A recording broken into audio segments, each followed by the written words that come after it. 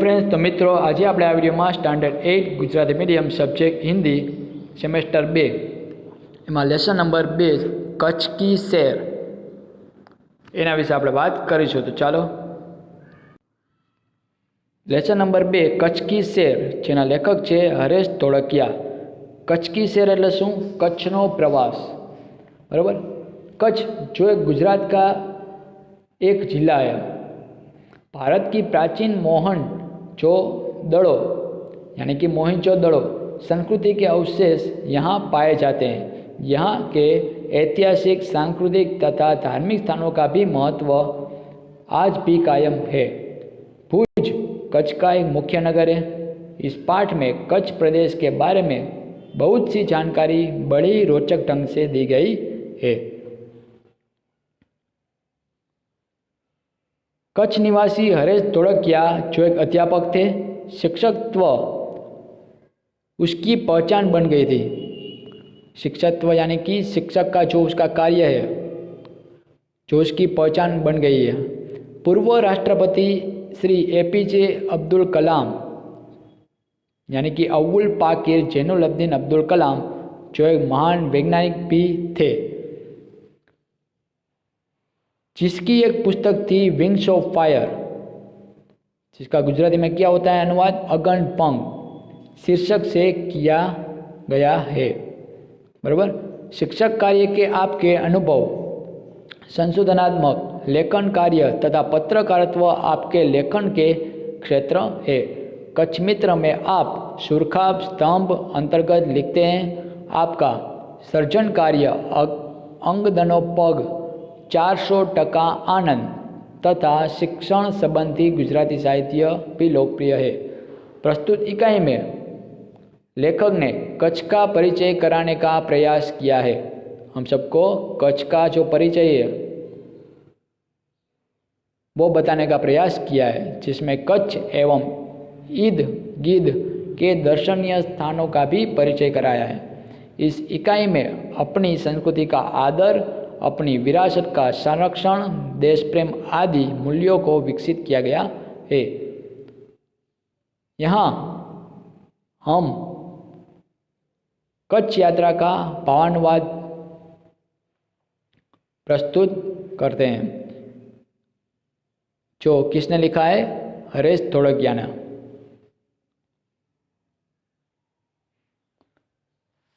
इधर आपको पिक्चर दिया गया है, किसका है वो? हाँ, इधर कई सारे बर्ड्स दिख रहे हैं आपको, और इधर ऊंट जो जा रहा है।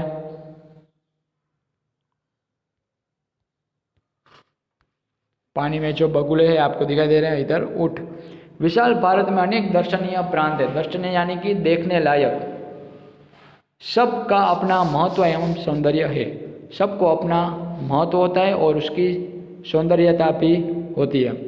गुजरात उनमें से एक अनूठा राज्य है। गुजरात जो दर्शनीय प्रांत है उनमें से एक है। गुजरात का एक विशिष्ट जिला है कच्छ, जो गुजरात का अत्यंत रमणीय प्रदेश है। बराबर। गुजरात जिसका एक विशिष्ट जिला है कच्छ, जो बहुत ही रमणीय यानी सुंदर प्रदेश है। यात्रियों के लिए कच्छ जो आकर्षण का एक केंद्र है।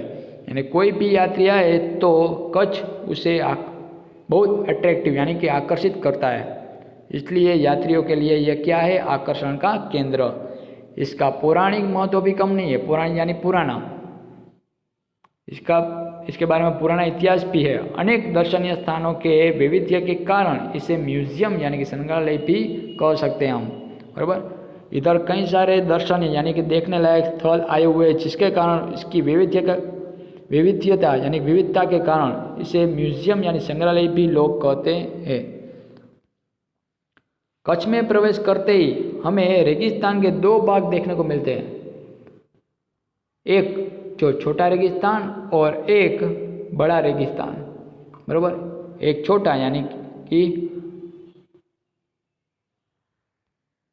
जो सबसे पहले आता है, और दूसरा बड़ा रेगिस्तान। इन दोनों रेगिस्तान यानी कि रण प्रदेश, इन दोनों में रेगिस्तान जैसा कोई लक्षण तो नहीं दिखाई देता, फिर भी इसे रेगिस्तान कहा जाता है। रेत कहीं नज़र नहीं आती। हम रेगिस्तान किसको कहते हैं कि जहाँ पर कई सारी रेत हो उसको, लेकिन इधर तो रेत कहीं नज़र ही नहीं आती, अतः यह अनूठा रेगिस्तान है, इसलिए तो इसको अनूठा यानी कि सबसे अलग रेगिस्तान कहा जाता है। श्याम ख्याली को हम कच्छ का प्रवेश द्वार कह सकते हैं, ये आपको याद रखना है। कच्छ का प्रवेश द्वार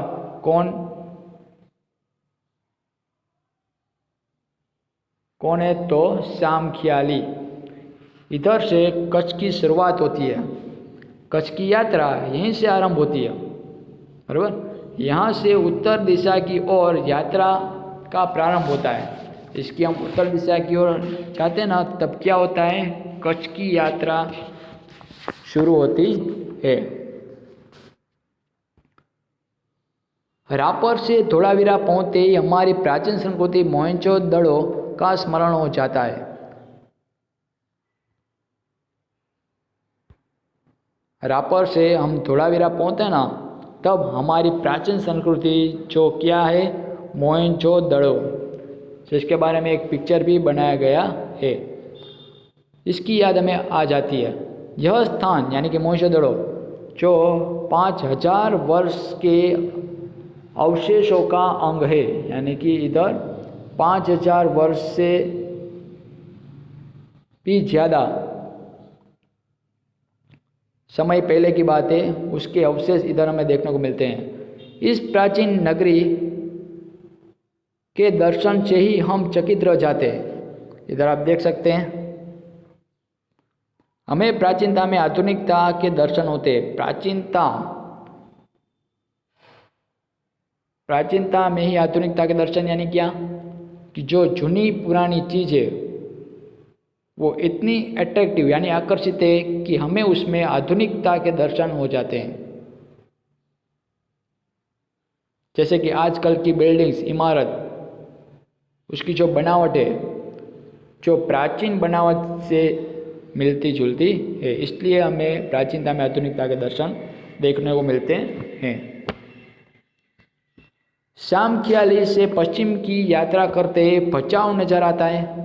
श्याम ख्याली से हम पश्चिम की ओर जाते हैं ना, तब भचाऊ जो एक शहर है छोटा सा, वो हमें देखने को मिलता है। जो बड़ा गांव है जैसे नगर, जो एक बड़ा गांव ही है लेकिन नगर जैसा बड़ा गांव, वहाँ से गांधीधाम औद्योगिक कारखानों का शहर है।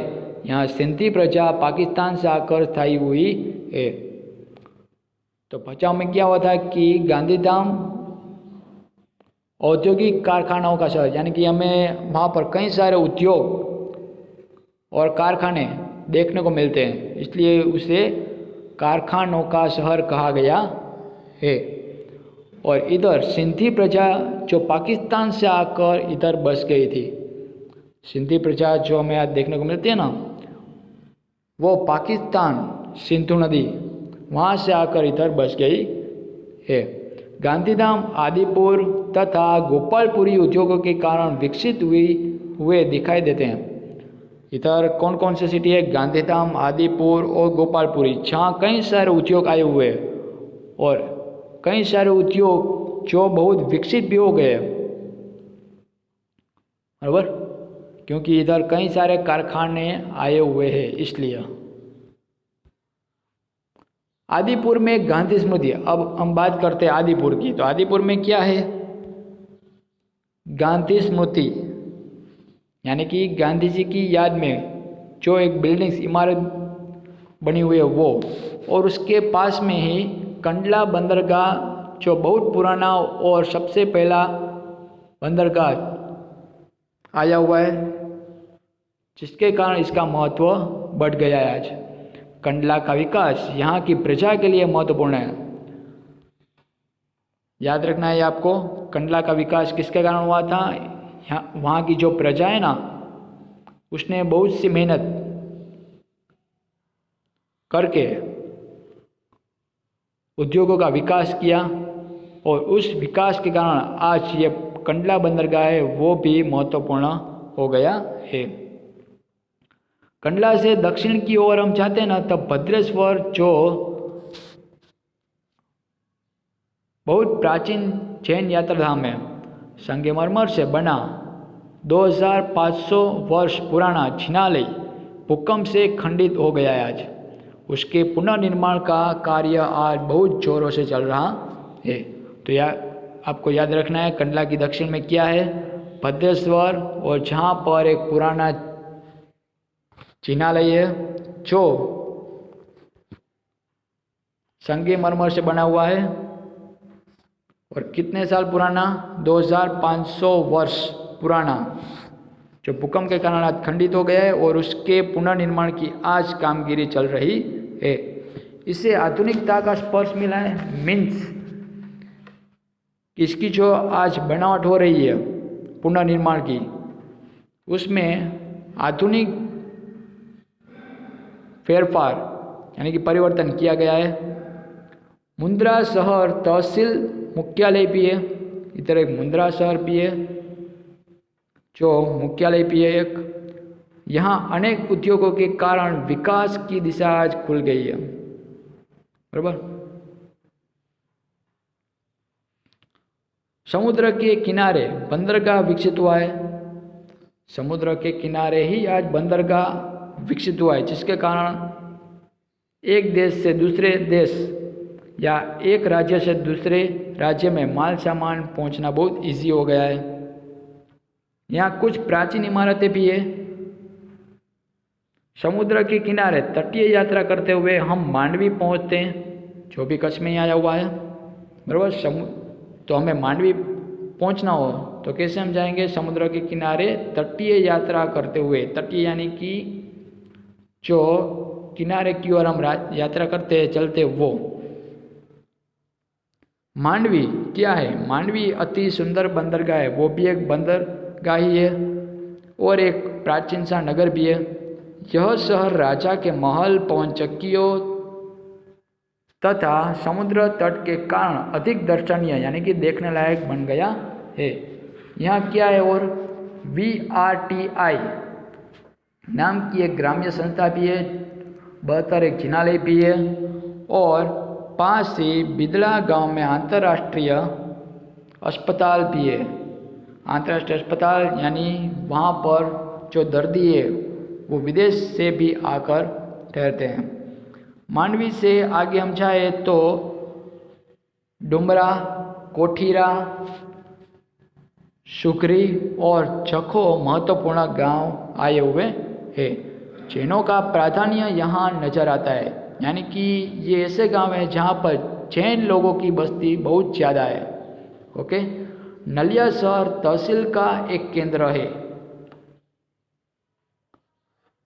और आपको ये भी जानना होगा कि नलिया शहर जो जाड़े के मौसम के दौरान यानी कि अभी जो चल रही है विंटर, तब सबसे ज़्यादा ठंड उसी शहर पे होती है, बराबर। कहाँ पर, कच्छ के नलिया शहर में। यहाँ वायुसेना का मुख्य अड्डा भी है,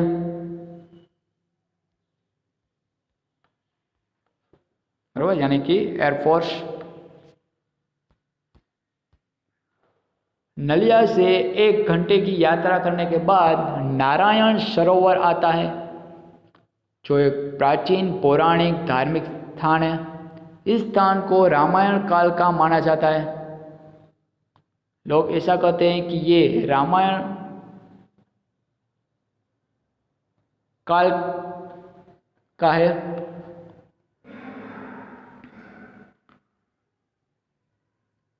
वहाँ कोटेश्वर नामक दर्शनीय मंदिर है, जहाँ क्या हुआ था कि रावण वहीं से गुजरा था और यह पूरे भारत का एक प्राचीन स्थान माना जाता है, क्योंकि क्या रावण उसी जगह से गुजरा था और वही रेत अभी भी वहाँ पर है। सूर्योदय और सूर्यास्त दर्शन यहाँ का बड़ा आकर्षण है, यानी कि जब सूर्य का उदय होता है और सूर्य जब अस्त होने लगता है, तब इधर का जो दृश्य बहुत अट्रैक्टिव, आकर्षित कर देता है हमारे मन को। नारायण सरोवर से आगे की यात्रा में लखपत आता है, जो अति प्राचीन स्थल है। ऐसा कहा जाता है कि गुरु नानक की चरण रज से पावन इस भूमि पर गुरुद्वारा है, यानी गुरु नानक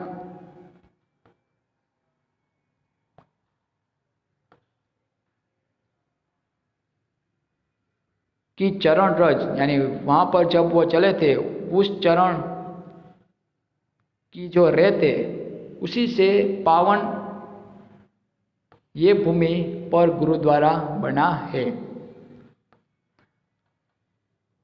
एक समय का समृद्ध शहर आज जीर्णावस्था में होते हुए भी दर्शनीय है। जीर्णावस्था यानी कि उसके जो अवशेष है वो आज खंडित होने के कारण भी होते हुए भी ये दर्शनीय है। दर्शन यानी कि देखने लायक, बराबर। इतना समृद्ध ये शहर है। यहाँ एक किला है, उसके बगल में पानंथ्रो जो एक खनिज संपत्ति के लिए प्रसिद्ध है। साथ ही विद्युत निर्माण का यह केंद्र भी है। पानंथ्रो जहाँ जो खनिज संपत्ति मिलती है और उसी खनिज संपत्ति में से विद्युत का निर्माण इधर किया जाता है। लखपत से मध्य कच्छ की ओर बढ़ने पर हाजीपीर मुसलमानों के लिए श्रद्धा का एक केंद्र आता है, यानी कि एक दरगाह। यहाँ पीर की मजार है।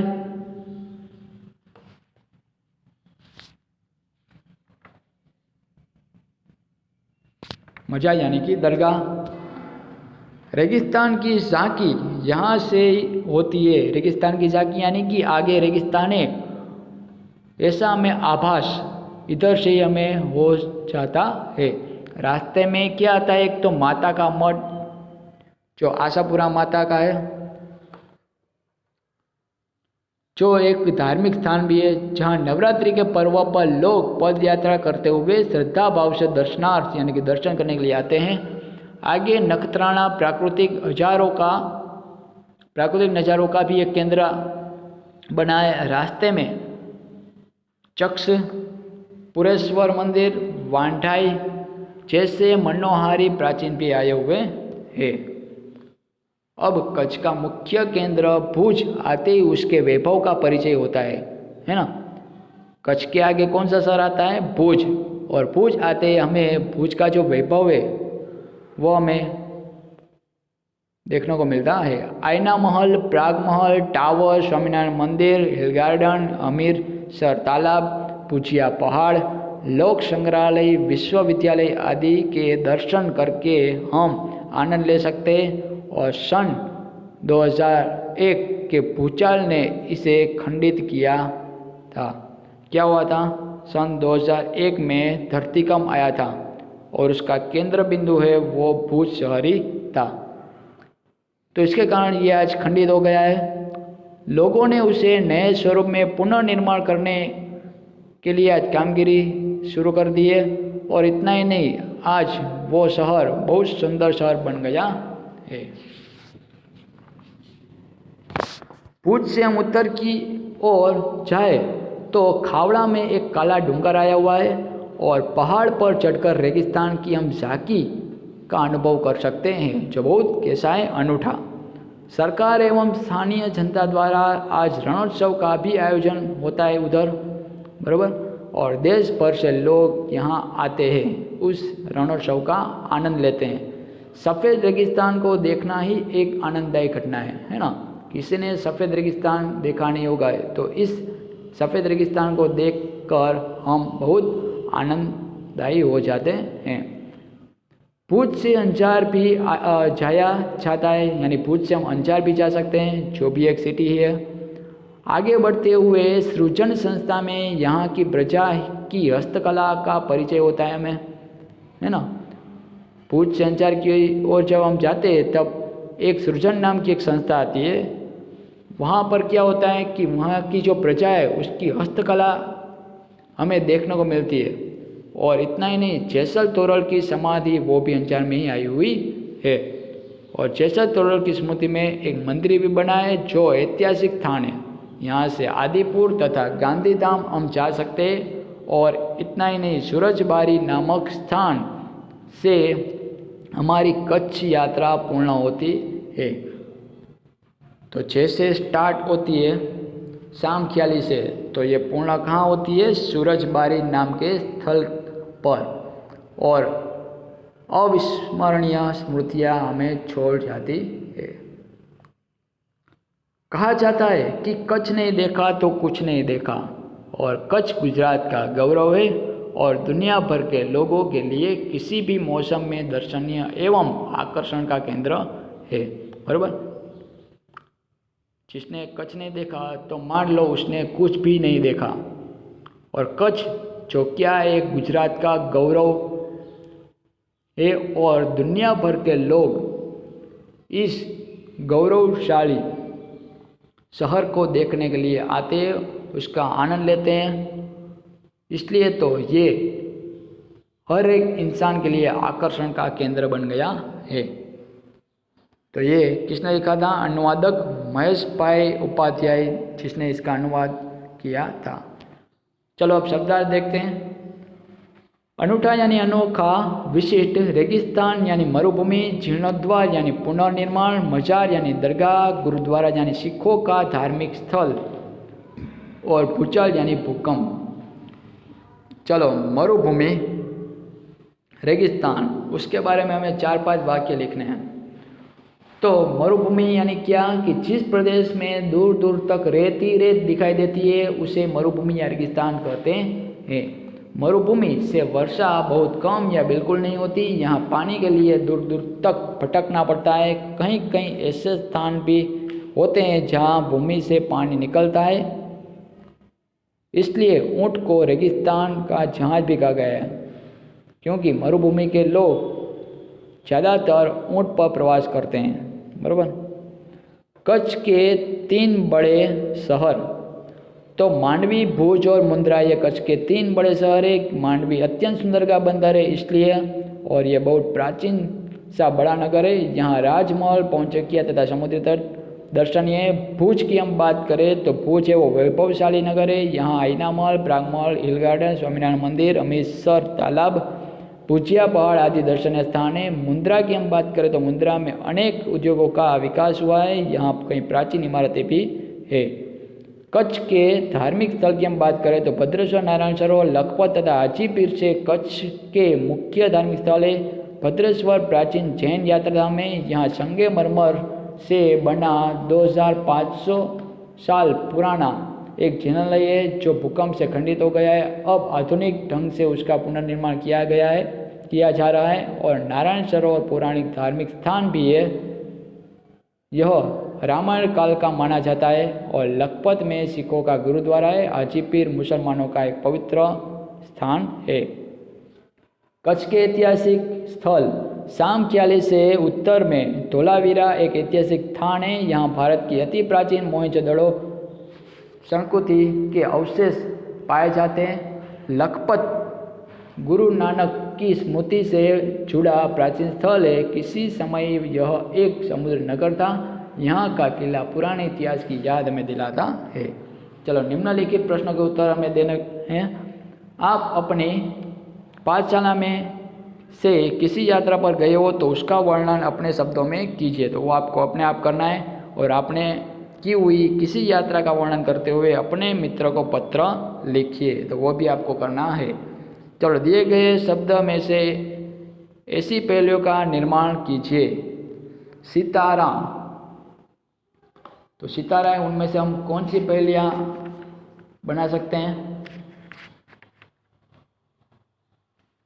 तो आकाश में रहता हूँ, रात भर चमकता हूँ, दिन में छिप जाता हूँ, सूर्यास्त होने के बाद फिर निकल आता हूँ, चमचम चमकता हूँ, रहता हूँ मौन, प्यारे बच्चों बतलाओ मैं हूँ कौन? तो इसका आंसर आएगा सितारा। हाथी की हम बात करें तो गणपति जैसा मुँह मेरा, काया खूब विशाल, सबसे बड़ा जानवर हूँ मैं, मस्त है मेरी चाल। तो इसका आंसर आएगा हाथी। चलो चिराग के बारे में, तो मेरे रहने पर अंधेरे की नहीं चल पाती, मेरे दो साथी है तेल और बाती, तो वो चिराग। ज्ञान का मंदिरों में सरस्वती का, घरों में आओगे यदि मेरे पास, पाओगे विद्या का प्रकाश। तो ये पाठशाला के लिए।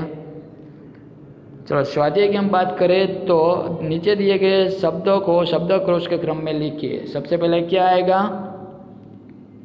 अ वाला यानी कि अभिवादन, उसके बाद अ वाला दूसरा है वो अभ्यास, उसके बाद चिराग, उसके बाद प्रगति, उसके बाद महकना, उसके बाद विनय, उसके बाद शायर, संग्राम और संध्या, और लास्ट में आएगा हमदर्द। उसके बाद इस पाठ में आए प्रशासकीय शब्दों की सूची बनाकर उनका वाक्य में प्रयोग कीजिए। तो वो आपको करना है, जैसे कि प्रभाग, वरिष्ठ, कनिष्ठ, सचिव, ऐसे। तो प्रभाग के बारे में वाक्य बनाए तो फिल्म प्रभाग आज बंद था। वरिष्ठ की हम बात करें तो वे यहाँ वरिष्ठ अभियंता थे। उसके बाद कनिष्क, कनिष्क अधिकारी योग्य व्यक्ति है, और सचिव, मंत्री ने अपने सचिव को बुलाया। चलो उसके बाद दयावान, तो वाक्य बनाना हमें, राजा बहुत दयावान था। मूल्यवान, तो समय सबसे मूल्यवान वस्तु है। कृपालु, संत कृपालु होते हैं। थोड़ा सा, दाल में थोड़ा सा नमक ज़्यादा है। अच्छा, मोहन एक अच्छा लड़का है। सुंदर, उद्यान में सुंदर फूल खिले हैं। प्रिय, गुलाब मेरा प्रिय फूल है। दिए गए परिच्छेद का हिंदी में अनुवाद कीजिए।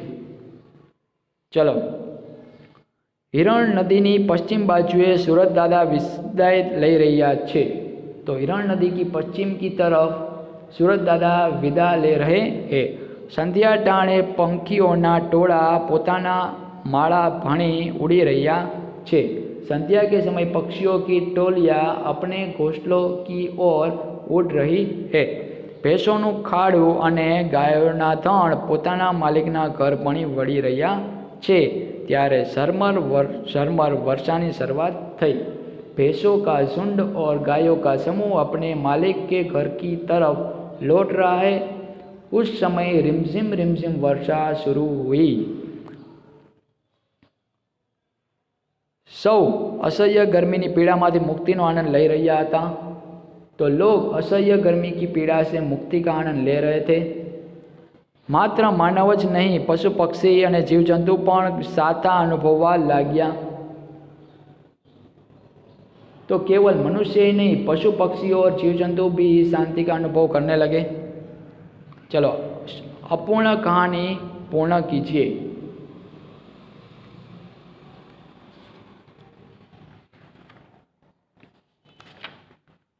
तो एक गांव था। उस गांव में एक गरीब किसान रहता था। उसके दो बेटे थे। बड़े का नाम रामू और छोटे का नाम लखन था।